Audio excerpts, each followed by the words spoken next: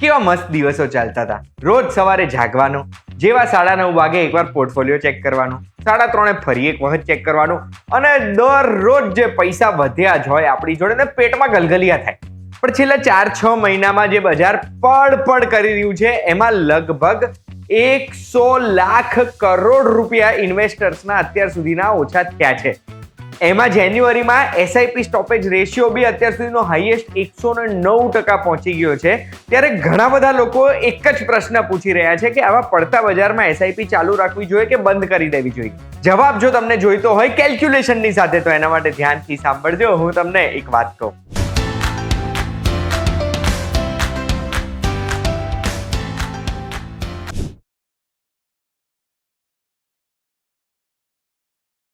એક વાત કહું, આપનું સ્વાગત છે. મારું નામ છે ગુંજુ ઠક્કર. આપણે એસઆઈપી કેમ કરીએ છીએ? એસઆઈપી એટલે સિસ્ટમેટિક ઇન્વેસ્ટમેન્ટ પ્લાન, જેમાં આપણા પૈસા રોકાય છે મ્યુચ્યુઅલ ફંડમાં. જે આપણને નથી ખબર કે બજાર અહીંયાથી નીચે જશે, ઉપર જશે, આપણને ટાઈમિંગ નથી ખબર. એટલે આપણે શું કરીએ છીએ, દર મહિને ફિક્સ પૈસા થોડા નાખવાના, દર અઠવાડિયે નાખવાના, રોજે નાખવાના. 6 મહિને કે પછી વર્ષે આપણે એસઆઈપીમાં એ ઇન્વેસ્ટ કરતા હોઈએ છીએ. કેમ? કારણ કે આપણને ખબર છે લોંગ ટર્મમાં, લાંબા ગાળામાં બજાર ઉપર જઈ રહ્યું છે. આપણને એવો ભારતના માર્કેટ ઉપર ભરોસો છે, અને એટલે એસઆઈપીના માધ્યમથી આપણે ટાઈમિંગ વાળો ફેક્ટર હટાવી દઈએ છીએ. એસઆઈપીનો ફાયદો છે કે માર્કેટ ફ્લક્ચ્યુએશન્સથી આપણને બચાવે, કે બજાર ઉપર જાય તો બી એવરેજ આઉટ થઈ જાય આપણું પરચેસ, બજાર નીચે જાય તો આપણને વધારે યુનિટ મળે. એટલે બેસિકલી આપણને એવરેજ રિટર્ન્સ મળતા રહે બજારના. નાના મોટા જે ફ્લક્ચ્યુએશન્સ આવે, જે શોર્ટ ટર્મમાં હોય છે, એની અસર લાંબા ગાળામાં દેખાય નહીં. અને એટલે જ જ્યારે બજાર પડે છે ત્યારે શું થાય છે, તો ત્યારે આપણા એસઆઈપીની એનએવી એ ઘટતી હોય છે. અને એટલે જેટલા પૈસાની આપણે એસઆઈપી કરીએ છીએ એની સામે યુનિટ વધારે મળશે. ઉદાહરણ તરીકે, અગર પેટ્રોલનો ભાવ ઉપર જશે અને તમે 100નું પેટ્રોલ ભરાવશો તો ઓછા લીટર મળશે. અગર પેટ્રોલનો ભાવ નીચે જશે અને 100નું જ પેટ્રોલ ભરાવશો તો વધારે પેટ્રોલ મળશે. સમજી ગયા ને? બસ એસઆઈપીમાં પણ આવું જ છે. આ એનએવી શું હોય છે, કેવી રીતે ગણાય છે, એ તમારે જાણવું હોય તો એક વાત કહું, એક વિડીયો કરેલો છે જેની લિંક ડિસ્ક્રિપ્શનમાં મૂકી છે, જોઈ લેજો. હવે મેં છે ને કેલ્ક્યુલેશન કરવા માટે એક ચાર્ટ તૈયાર કર્યો છે. માની લો જાન્યુઆરી 2020 થી નિફ્ટી 50 નો પ્રાઇસ આપણે ગણ્યો છે. આમાં આપણે કોઈ બી સ્પેસિફિક ફંડનો નથી ગણ્યો, પણ આપણે એમાં 10,000 રૂપિયા દર મહિને ઇન્વેસ્ટ કરીએ છીએ. તો જાન્યુઆરી પછી તો પેલું કોવિડનું ડ્રોપ આવ્યું હતું, તો પણ આપણે ઇન્વેસ્ટમેન્ટ ચાલુ રાખ્યું. દર મહિને ફિક્સ 10,000 ઇન્વેસ્ટ કર્યા છે 5 વર્ષ માટે, ડિસેમ્બર 2024 સુધી. તો આપણે 5 વર્ષમાં ટોટલ 10,000 કરીને 6 લાખ રૂપિયાનું રોકાણ કર્યું, જેની સામે ડિસેમ્બરના એન્ડના ભાવ પ્રમાણે આપણા 6 લાખ રૂપિયા થઈ ગયા 8,72,000 રૂપિયા. હવે માની લો બજાર પડ્યું ને એટલે આપણે ડરી ગયા, અને આખા 5 વર્ષમાં આપણે ફક્ત 4 જ મહિના એસઆઈપી નથી કરી, એટલે 40,000 રોક્યા નથી. કયા 4 મહિના?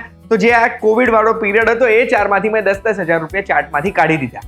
એનો મતલબ છે કે આપણે રોકાણ કરીએ 5,60,000 રૂપિયા, પણ એ જો આપણે ડિસેમ્બર 2024માં જોઈશું ને, તો એની વેલ્યુ થઈ ગઈ 7,73,000 રૂપિયા.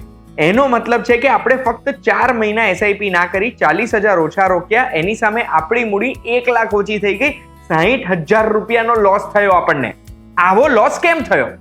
જો તમને સમજાવું. આ છે નિફ્ટી 50 નો ચાર્ટ. આમાં આ જે ડ્રોપ દેખાય છે ને આપણને, એ ડ્રોપ કોવિડ વાળું ડ્રોપ છે. એ ડ્રોપનું બોટમ આવ્યું અહીંયા આગળ. હવે બોટમથી બજાર પાછું ઉપર જવાનું ચાલુ થયું, પણ હજુ આપણને ભરોસો નથી થયો કે યાર આપણે રોકાણ કરવું જોઈએ, બજાર ઉપર જ જશે. એટલે એક સપોર્ટ લીધો બજારે. આ સપોર્ટ પછી આપણને થયું કે ના, હવે આપણે રોકાણ કરાય. એટલે આપણે જેટલા વ્હાઈટ એરો માર્યા છે ત્યાં આપણે બધી એસઆઈપી કરી. એનો મતલબ છે કે બજાર ઉપર જતું હતું ત્યારે આપણે એસઆઈપી કરી, બજાર નીચે જતું હતું ત્યારે આપણે એસઆઈપી બંધ કરી દીધી, આપણે રોકાણ ના કરી શક્યા. એનો મતલબ છે કે જ્યારે બજાર નીચે જતું હતું ને, ત્યારે આ બધા પિંક એરો છે ત્યાં આપણી એસઆઈપી ચાલુ હોત તો આપણે રોકાણ કર્યું હોત, અને નીચા ભાવે પણ આપણને, ઓછા એનએવીએ પણ આપણને ફંડ અલોકેટ થયું હોત. અને એટલે જે નીચા ભાવનો માલ આપણને ના મળ્યો ને, એના લીધે જ આપણા રિટર્ન લોંગ ટર્મમાં ઓછા થશે. એટલે અગર એસઆઈપી આપણે કરી રહ્યા છીએ, આપણને ખબર નથી કે બજાર ઉપર જવાનું છે કે નીચે, તો એસઆઈપી બંધ કરવાનો કોઈ ફાયદો નથી. અગર તમને ભરોસો છે કે લાંબા ગાળામાં તમારા માર્કેટ ઉપર જ જવાના છે, અને અગર તમે પ્રોપર મ્યુચ્યુઅલ ફંડ ચૂઝ કર્યું છે તો. હા, બહુ જ બધા નફામાં આપણે બેઠા હોય તો થોડું પ્રોફિટ હાર્વેસ્ટ કરવું એ સારો આઈડિયા છે, બટ એસઆઈપી આવા બજારમાં સ્ટોપ કરવાનો આઈડિયા એ સારો નથી, એવું ઘણા બધા એક્સપર્ટ્સ કહે છે.